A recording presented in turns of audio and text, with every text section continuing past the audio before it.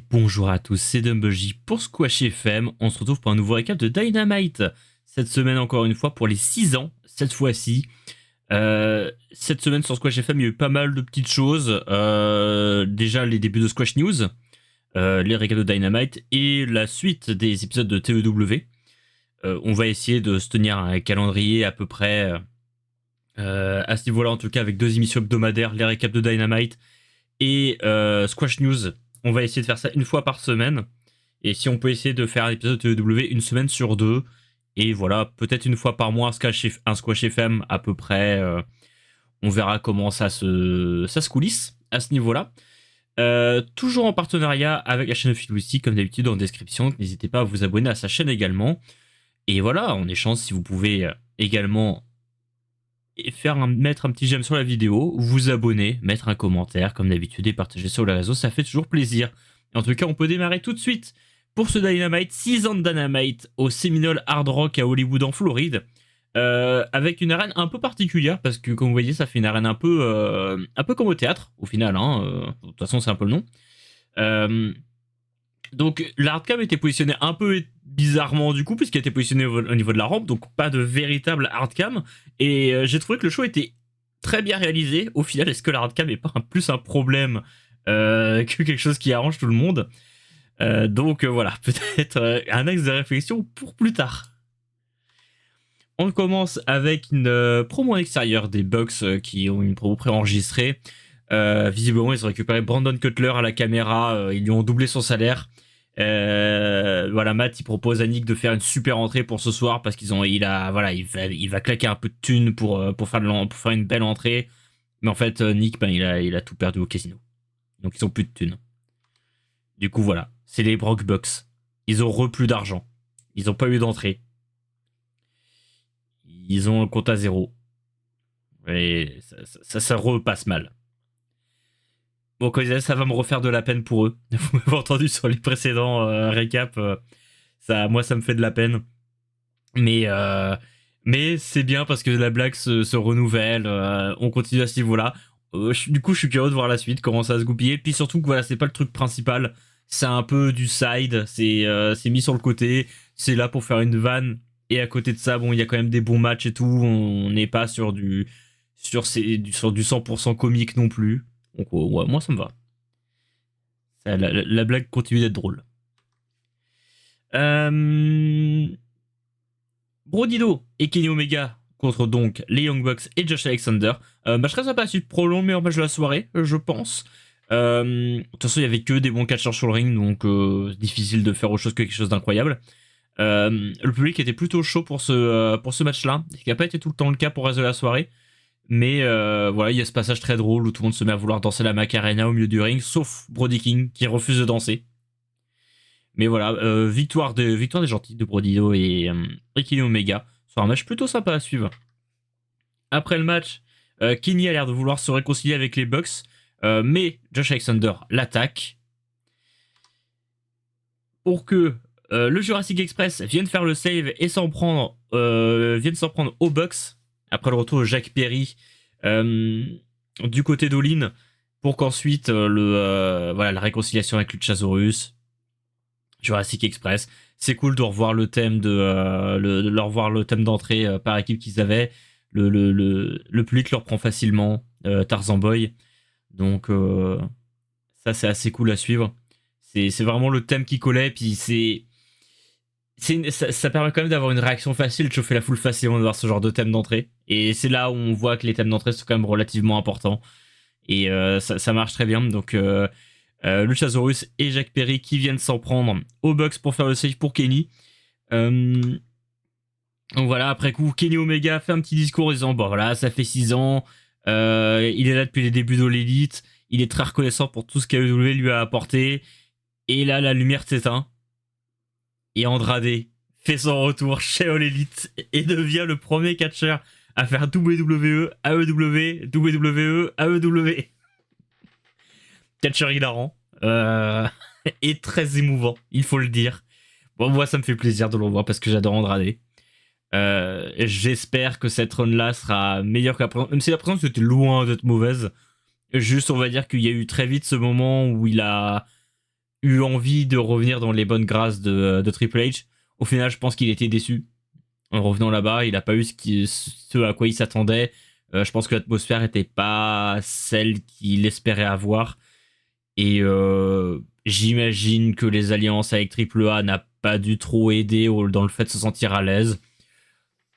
En espérant qu'il soit plus à l'aise ici, chez All Elite. Déjà, le fait qu'il puisse probablement faire des dates à côté. C'est déjà quelque chose d'intéressant. Donc on en reparlera peut-être sur Squash News, mais visiblement il aurait signé un contrat de plusieurs années chez All Elite.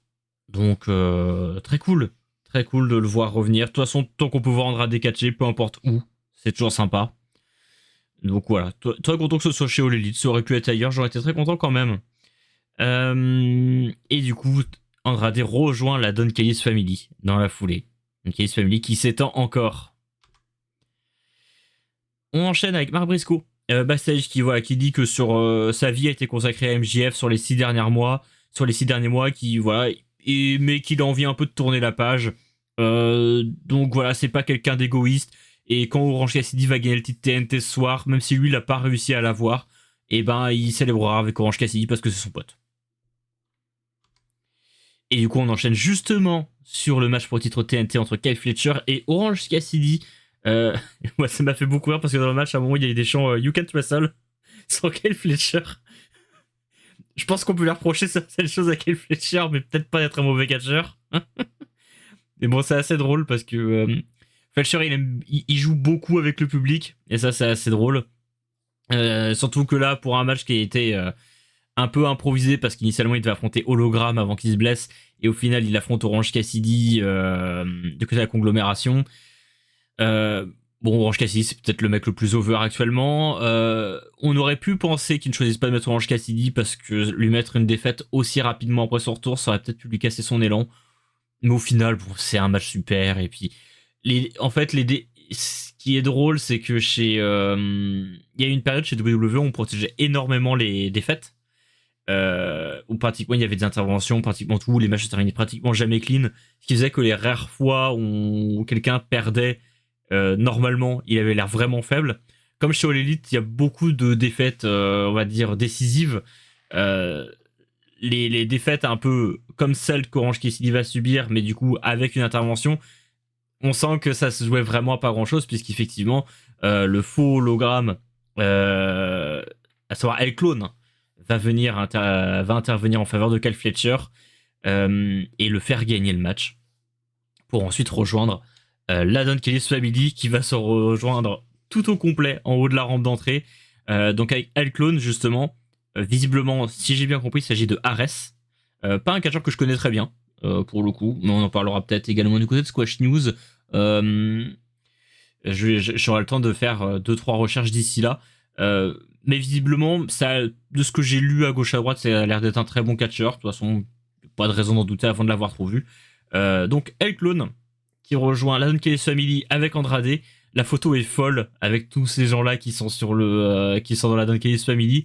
En sachant qu'en plus, il en manque 3, il me semble, il manque Wardlow, Trent, et il m'en manque un autre. Wardlow, Trent et il manque quelqu'un d'autre, mais voilà, que j'avais vu mais que j'ai plus en tête. Donc voilà, trois absents, mais le clan est assez... Et Brian Cage. Brian Cage qui manque parce que je viens de revoir la tête de Lance Archer. Mais ouais, donc un clan bien épais. Mercedes Moné avec René Paquette backstage qui dit qu'elle remettra son titre TBS en jeu contre quelqu'un qui vient de Floride la semaine prochaine. Voilà, elle a envie d'affronter quelqu'un de local. Pour une fois, elle a pas envie d'affronter quelqu'un qui vient d'un des coins du monde. Elle veut affronter une Floridienne. Et elle cherche également une partenaire pour les championnats par équipe. Et c'est là qu'Harley Cameron arrive en lui disant que voilà, elle a envie de faire équipe avec Mercedes. Mercedes n'a pas l'air d'être trop encline à accepter. Samoa Joe, Will Hobbs et Adam Page contre les Death Riders. Match où Will Hobbs a pris la hit pendant la quasi-totalité du match. Moi j'aime beaucoup tous les run-ins de Samoa Joe où il vient de temps en temps même sans faire le tag pour essayer d'aider Will Hobbs. Ça provoque toujours des bonnes réactions. Puis il a cette dégaine de mec vénère, de toute façon, où ça marche super bien avec lui. Dès qu'en fait il passe entre les cordes pour faire quelque chose, il y a toujours le public qui est à fond parce qu'il a cette allure de mec bagarreur et très honnête dans la façon de faire. Donc ça marche super bien. Moi je trouve que dans tout ce qui est ces formats trio là, je trouve que Samoa Joe il fait vraiment un taf incroyable. Parce que je pense que c'est peut-être les formats dans lesquels aujourd'hui il peut le plus briller parce il a plus le physique qu'il avait il y a 10 ans. Donc là où il peut concentrer ses efforts sur certains points précis et juste d'en montrer, voilà, avoir de l'attitude, etc. C'est là où il est super fort. Et du coup, ça marche très très bien. Je trouve ça très très fort. Et victoire de l'équipe gentille. De ceux qui restent des Ops et Adam Page. En après-match, Adam Page va redonner la ceinture trio à Will Hobbs et Samoa Joe, sauf que quand il la donne à Samoa Joe, il la donne sans trop le regarder, il lui plaque contre le torse et la laisse tomber par terre. Samoa Joe, vexé, vient confronter Adam Page, voilà, qui s'énerve, et du coup, voilà, Samoa Joe qui lui dit que Adam Page l'a jamais battu, il a jamais pu le battre, donc voilà, il reste encore des choses à prouver, etc. De toute façon, dans les vestiaires, Adam Page, ensuite, va dire qu'il a pas trop compris pourquoi Samoa Joe lui en voulait sur le coup, mais il a entendu que Joe dire que voilà, Adam Page n'avait jamais battu Samoa Joe, et donc Adam Page va provoquer Samoa Joe à Wrestle Dream pour lui prouver qu'il est capable de le battre, et que voilà, il n'a pas à s'emporter comme ça. S'il veut jouer au dur, et ben Adam Page est capable de jouer au dur également. Tony Storm contre Time Melo. Bon, Tony l'emporte dans un match, voilà, donc il n'y a pas grand chose à voir dans ce match-là. On sent que le match est surtout fait pour emmener Tony Storm vers la promo qui suit. Je peux apprécier le fait qu'on en profite pour caler un match féminin. En plus, voilà, Tony Storm, je pense qu'elle a un petit potentiel de draw, donc c'est toujours sympa de la mettre sur l'affiche. C'est bien de la garder sur le ring de temps en temps. Petite promo un peu voilà dans l'émotion où elle dit qu'elle sait pas ce qu'elle est sans le titre. Maintenant qu'elle a perdu dans l'anonymat. Et donc elle veut affronter Statlander en 1 contre 1. Et quand elle va terminer par sa catchphrase, elle ne prononce pas le timeless à la fin. Donc peut-être changement de personnage à venir, on pouvait s'en douter un petit peu, qu'il allait avoir un petit tournant chez Toni Storm. Pendant la promo, elle se fait interrompre par des chants Watt. Chants Watt, c'est rarement très drôle. À la limite, quand c'est vraiment des heels qui sont sur le ring et qu'il y a un truc pour les vexer, pour les faire interagir, c'est sympa. Sur cette promo-là, je trouve que c'était un petit peu moins intéressant. Ouais, bon, pas... Parfois, il a été un peu bizarre, le public. Bon, pourquoi pas. Samoa Joe, la réponse du berger à la bergère. Donc, qui est avec René Paquette également, qui dit que Adam Page l'a jamais battu. Il a perdu du temps à s'occuper des Death Riders. Et maintenant, il est temps pour Samoa Joe de se remettre en selle et de montrer ce qu'il est capable de faire, que c'est une vraie menace. Et donc, voilà, il accepte le challenge d'Adam Page pour Wrestle Dream. Et les deux s'affronteront en 1 contre 1 pour le titre mondial masculin à Wrestle Dream. Gates of Agony contre The Swirl. Je viens de me rendre compte en écrivant en écrivant le récap de Dynamite que l'équipe de Lee Johnson et Blake Christian s'appelait The Swirl. J'avais jamais tilté. Grosse domination de Gates of Agony sur le match qui gagne assez logiquement. C'est un squash un peu glorifié de Gates of Agony. Je pense que le meilleur moment du match, c'est les interactions entre Ricochet et Danielson à la table des commentaires, où ça marche très très bien. Je trouve que Ricochet, il a un vrai truc aux commentaires, donc en après-carrière, s'il sait pas quoi faire, je pense qu'il a peut-être un petit truc à faire du côté des commentateurs, parce qu'il est assez intéressant à suivre là-bas. Très vite après le match, le Hurt Syndicate arrive, où MVP vient pour s'excuser en disant que voilà, il a subi le tombé lors de All Out. Donc il s'excuse auprès de Shelton Benjamin, de Bobby Lashley, du public, en disant bon bah voilà, j'ai plus les cannes d'il y a 10 ans, je suis peut-être plus le MVP qui est très bon catcheur, mais ça tombe bien, j'ai plus envie de catcher, j'ai envie de me battre. Donc je vous défie pour la semaine prochaine dans un street fight. Et Ricochet accepte le challenge. Donc normalement pour la semaine prochaine on devrait avoir un 3 contre 3 entre Lord Syndicate et je sais plus comment il s'appelle, Gates of Agony et Ricochet. Et je crois qu'ils ont un nom maintenant de clan, mais je ne me rappelle plus le nom. Donc voilà, qui s'affrontent dans un street fight la semaine prochaine. Statlander, probablement dans une tenue pour rappeler l'anniversaire de Dynamite. Je pense un petit peu tenue qui rappelle les débuts de Statlander en tant qu'alien. C'est rigolo, c'est petit clin d'œil, je pense à début. Ça m'étonnerait qu'elle reste dans ce personnage-là parce que la promo il le colle pas des masses. Mais ouais, petit clin d'œil dans la tenue à ce qu'elle était à ses débuts chez All Elite. Et donc Statlander annonce qu'elle accepte le challenge de Toni Storm pour Wrestle Dream. Donc également un nouveau match pour le titre mondial féminin entre Toni Storm et Kris Statlander pour Wrestle Dream. Déjà 2 matchs annoncés. 3 même avec le Darby Allin contre Jon Moxley en Equity Match. Nukalis également à son tour backstage qui confirme voilà l'ajout de Elklon et d'Andrade à la Nukalis Family, on aurait pu s'en douter. Et il annonce aussi qu'il challenge Brodido à un match contre Okada et Takeshita la semaine prochaine à Dynamite. Et Takeshita et Okada ont pas l'air d'être trop enclins à faire équipe l'un avec l'autre. Ça fait quelques semaines voire quelques mois qu'on commence à utiliser un peu des tensions entre Okada et Takeshita. Est-ce que ça va se confirmer maintenant pour donner un match à Wrestle Dream? La réponse la semaine prochaine. Main event dorénavant, Kris Statlander et Darby Allin contre Wheeler Yuta et Marina Shafir. Il y a un spot assez incroyable où Statlander drop Marina Shafir sur des punaises, alors que Marina Shafir, le pied nu et les pieds en premier sur les punaises, avec les punaises qui collent directement sur les pieds de Shafir. C'est assez fou. Ça a dû lui tuer les yep sur toute la suite du match. mais le match était assez cool. C'était assez court, je crois, ça dure un peu moins de 13 minutes, mais c'était super intense. Et parfois, c'est le truc dans ce genre de match-là où qui sont des matchs sans règles, des gros street fights dans ce genre de match, c'est que parfois pour moi ça dure trop longtemps.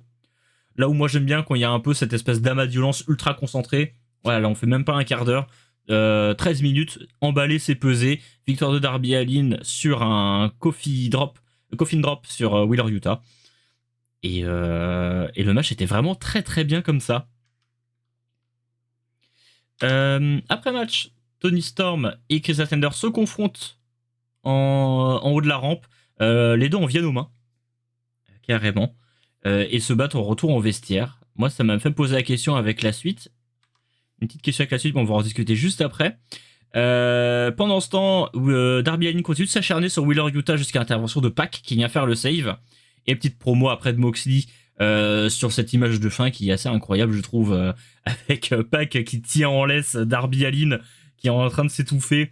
Et Moxley qui reste calme en faisant sa promo en lui disant voilà, qu'il n'aura aucune chance de gagner son Equity Match.